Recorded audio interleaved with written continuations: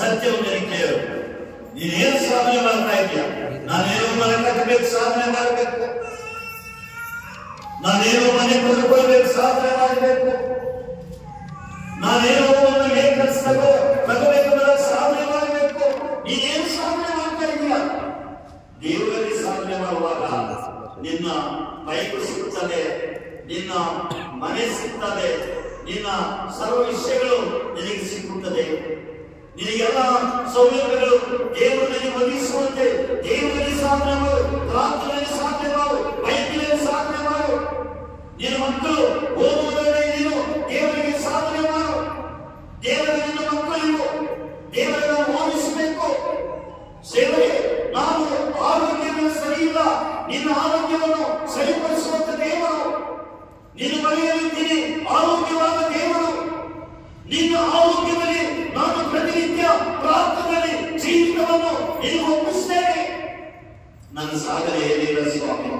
ನಾನು ಸಾಧನೆ ಮಾಡುವುದಕ್ಕೆ ಈ ಲೋಕದಲ್ಲಿ ಎಷ್ಟೋ ಸಾಧನೆಗಳನ್ನು ಮಾಡಿ ಭೂಮಿಯಲ್ಲಿ ಹೋಗಿದ್ದಾರೆ. ಭೂಮಿಯಲ್ಲಿ ಹೋಗಿದ್ದಾರೆ. ನೀನು ಸಾಧನೆ ಮಾಡೋದು ಬೇಕಾಗಿಲ್ಲ. ನೀವ್ಯಾವ ಜಯಿಸೋದು ಬೇಕಾಗಿಲ್ಲ. ಯುದ್ಧ ಮಾಡೋದು ಬೇಕಾಗಿಲ್ಲ. ಯುದ್ಧ ಮಾಡುವವರು ಬೇರೆ ಇದ್ದಾರೆ. ಸಾಧನೆ ಮಾಡುವ ಸಾಧನೆಗಳಿದ್ದಾನೆ. ದೇವರ ಕೃಪೆಯಿಂದ ದೇವ ಭಕ್ತರಾಗಿರುವಂತ ನೀನು ಸಾಧನೆ ಮಾಡುವದೇ ಸಾಧನೆ. ಸಾಧನೆ ಮಾಡುವದೇ ಏನಂತ? ಸಾಧುವು ಭಕ್ತಿಯಿಂದ ದೇವರೇ ಭಕ್ತಿವಂತರು, ಪ್ರಾರ್ಥನೆ ಮಾಡುವನೇ ಪ್ರಾರ್ಥನಾವಂತರು, ದೇವರ ಮಗನಾಗಿರುವನೇ ದೇವರ ಮಗನು.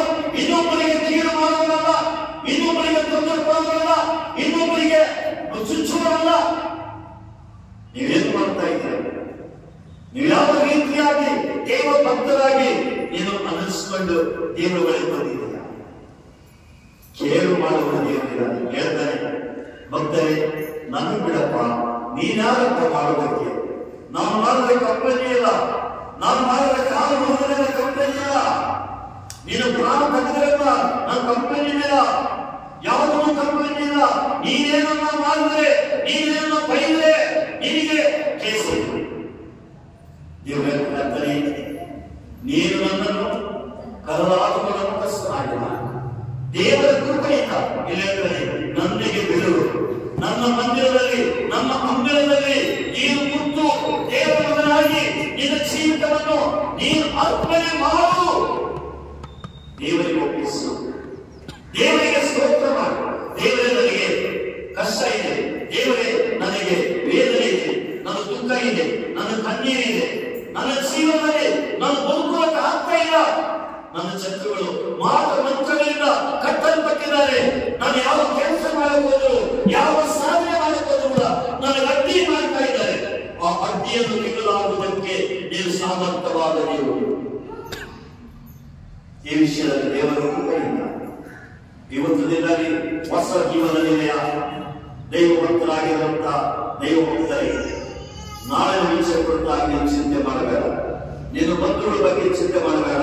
ನಿನ್ನ ಮಗನ ಬಗ್ಗೆ ಚಿಂತೆ ಮಾಡಬೇಡ. ನಿನ್ನ ಆಲೋಚನೆಗಳನ್ನು ಚಿಂತೆ ಮಾಡಬೇಡ. ಚಿಂತೆ ಮಾಡುವಂತ ದೇವರು ನಮ್ಮ ಜೊತೆಯಲ್ಲಿದ್ದಾನೆ. ನಿನ್ನ ಕಾರ್ಯವನ್ನು ಮಾಡುವಂತ ದೇವರು ನಿಮ್ಮ ಜೊತೆಯಲ್ಲಿದ್ದಾನೆ. ಯೌವನಸ್ಥರ ಜೊತೆಯಲ್ಲಿದ್ದಾನೆ.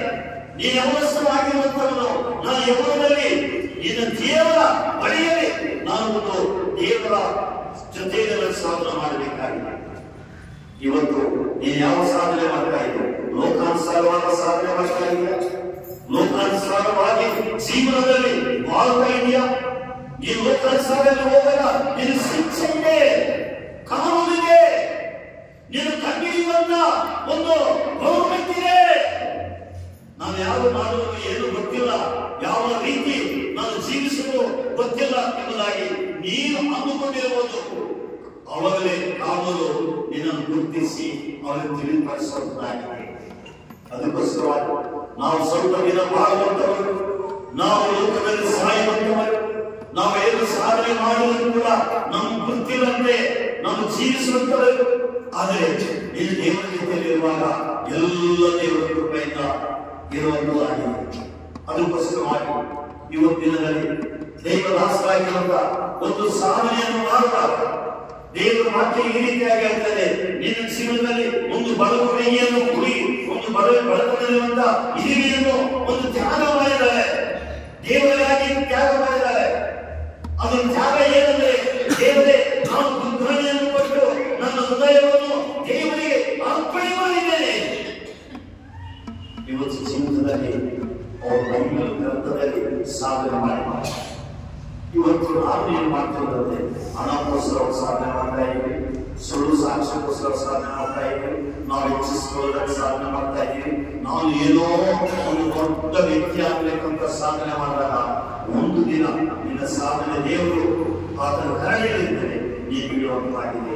ಅದಕ್ಕೋಸ್ಕರವಾಗಿ ಈ ನಾವು ನನ್ನ ಅಂಗಳದಲ್ಲಿ ದೇವರ ನನ್ನ ಅಂಗಳದಲ್ಲಿ 90 ಕೀರ್ತನೆಗಳಲ್ಲಿ ಮತ್ತು ನಾವು ದೇವರ ವಾಕ್ಯವನ್ನು ಕೀರ್ತನೆಗಳು 94 ವರ್ಷದಲ್ಲಿ ನಿನ್ನ ಸಾಧನೆ, ನಿನ್ನ ಜೀವನ ಎಲ್ಲ ವಿಷಯಗಳಲ್ಲಿ ದೇವರು ಕೃಪೆಯನ್ನು ಈ ರೀತಿಯಾಗಿ ಹೇಳುವಂತದಾಗಿದೆ.